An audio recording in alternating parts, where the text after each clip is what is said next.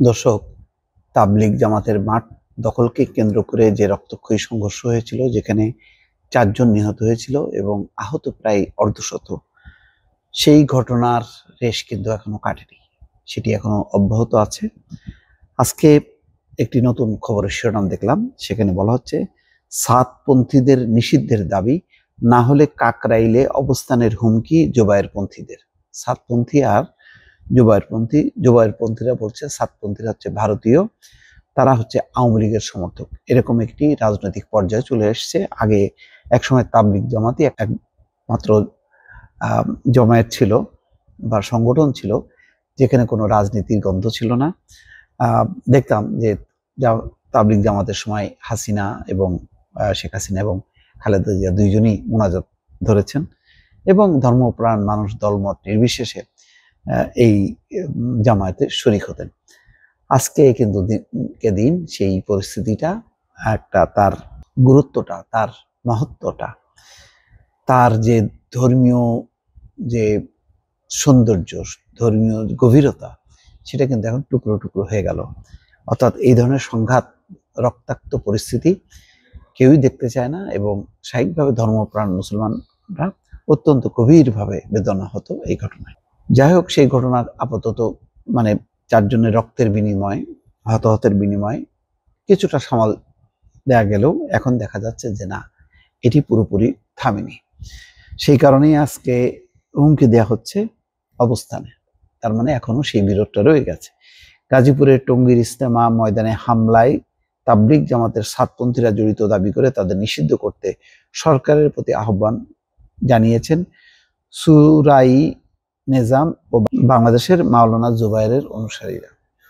পাশাপাশি সেখানে হত্যাকাণ্ডে জড়িত ব্যক্তিদের আগামী ২৪ ঘন্টার মধ্যে গ্রেপ্তারের দাবি জানিয়েছেন তারা। এই দুই দাবি পূরণ না হলে আগামী বৃহস্পতিবার সকাল থেকে রাজধানীর কাকরাইল ও আশেপাশের এলাকায় অবস্থান কর্মসূচির হুমকি দিয়েছেন তারা। বৃহস্পতিবার মঙ্গলবার দুপুরে কাকরাইল মসজিদ প্রাঙ্গণে সংবাদ সম্মেলনে তাবলিগ জামাতের জোবায়েরপন্থীরা এসব কথা বলেন।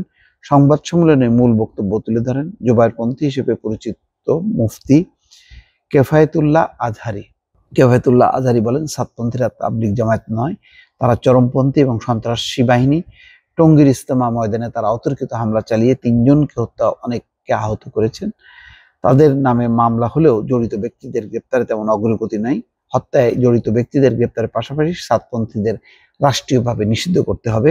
এছাড়া কাকরাইল মসজিদ এবং ইজতেমা ময়দান সহ তাবলিগের সব কার্যক্রম সুরাই নিজামের অর্থাৎ জোবায়েরপন্থীদের অধীনে পরিচালনা করতে হবে।